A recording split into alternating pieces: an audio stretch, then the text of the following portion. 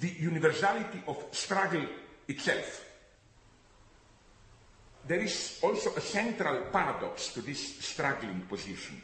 The position of struggle does not mean the position of a particular identity and the abandonment of the universal notion of truth. The abandonment of universal notion of truth goes very well with multiculturalist politics, where you can say everybody has the right to narrate its own version of truth, there is no global truth. No, our position should be there is universal truth. There always is one universal truth of a certain situation. But this truth is accessible only from a specific, partial, engaged in the struggle standpoint. So it's not that we arrive at universal truth by abstracting from our particular engagement, from our particular interests, the idea being each of us has its own interests, positions, but the truth of a situation emerges when we can step, as it were, outside ourselves and look at the situation more objectively, the way it really is.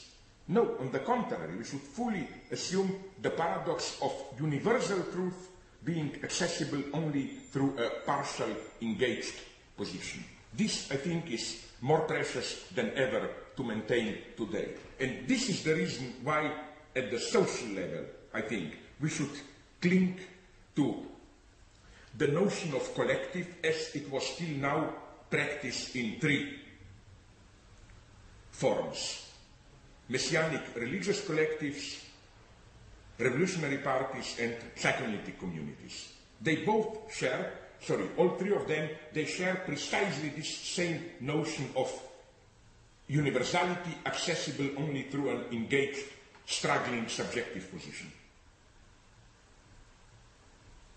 This politics of pure difference is opposed today by another, I would call it, politics of the real, but the real of the superego, in precisely the sense I already talked about, that is to say, superego injunction, the obscene virtual superego injunction to enjoy.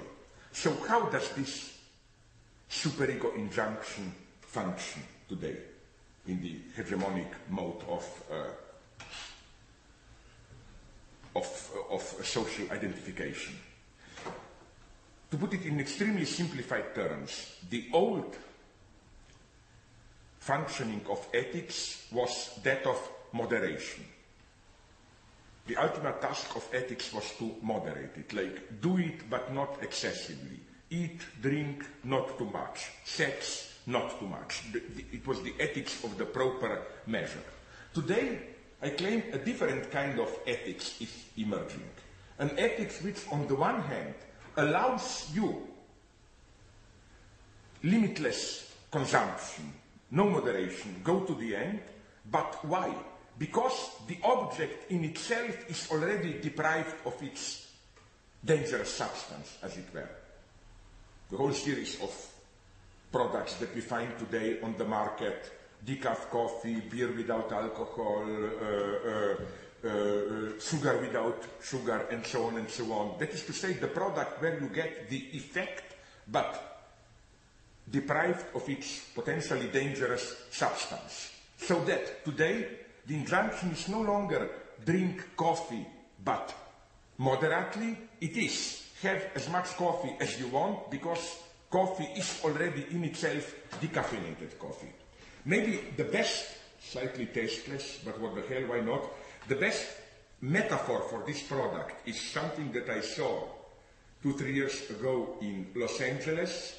It's the paradox of a chocolate laxative. Of course, chocolate being that which gives you constipation. With the publicity, I remember it, still constipated, not a problem, eat more of our chocolate. So that's the paradox, that the chocolate is already its own remedy, in a kind of almost Hegelian direct coincidence of the opposites. So why is this interesting? Precisely because I claim it's not limited only to phenomena of commodities.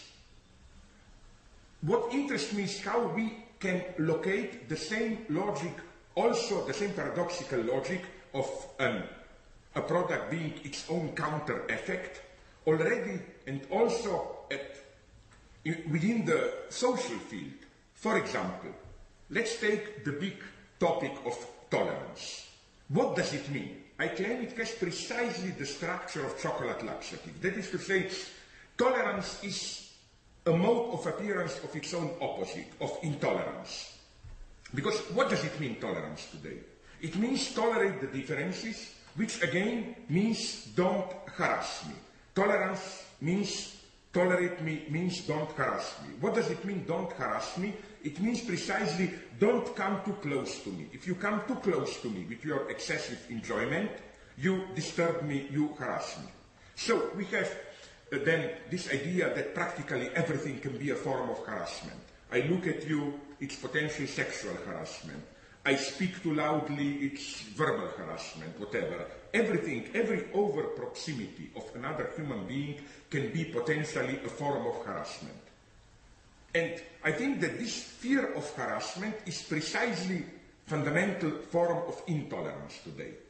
And so, again, I claim that when we talk about tolerance today, it means precisely tolerance as avoiding harassment, which means intolerance. It means let's tolerate each other, again, which means let's keep from each other at a proper distance from each other. Yet another chocolate laxative phenomenon.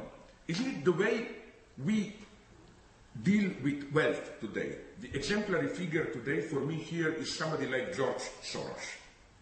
Half the day he engages in the most ruthless financial exploitations, ruining the lives of hundreds of thousands, even millions.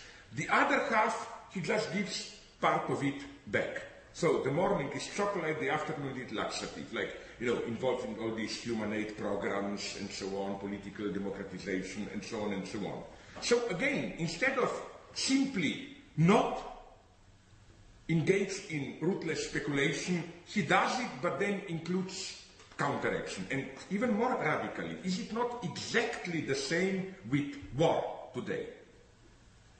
I think that Ulrich Beck, the German sociologist, was well justified in inventing the term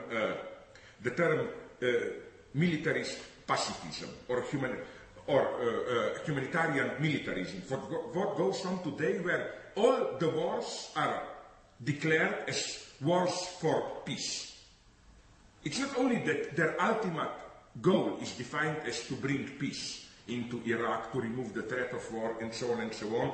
It's even more radically. It is that the war operation itself resembles more and more a kind of humanitarian intervention to help the people there. If you read, for example, the recent justification of attack on Iraq, it's not so much that Iraq was attacked in order to remove the threat to the Western nation of Saddam. It was in order to help the Iraqi people, and so on and so on. No wonder then that the ultimate chocolate laxative, no wonder that the concentration camps, as Giorgio Agamben claims, the typical exemplary case of a 20th century collective, has precisely these both aspects. Again, chocolate laxative structure.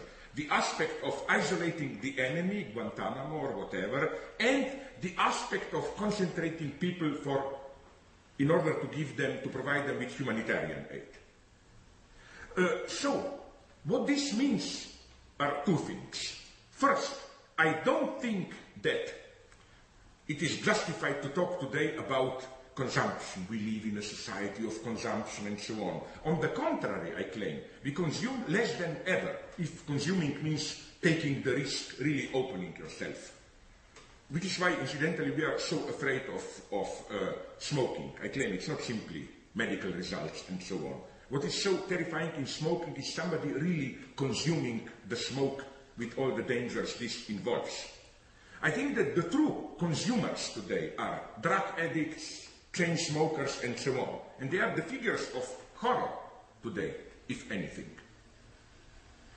Again, the structure is that of chocolate laxative, which is why we are all looking, even at this level, for products which would be already a kind of decaf coffee. Which is why I think marijuana is so popular, because it's kind of decaf opium, de facto, no opium without opium. You can have it, but deprived of its dangerous substance. So, to conclude this brief reflection, I would say that today the fundamental, as it were, ethical injunction, the injunction society bombards us with, is no longer the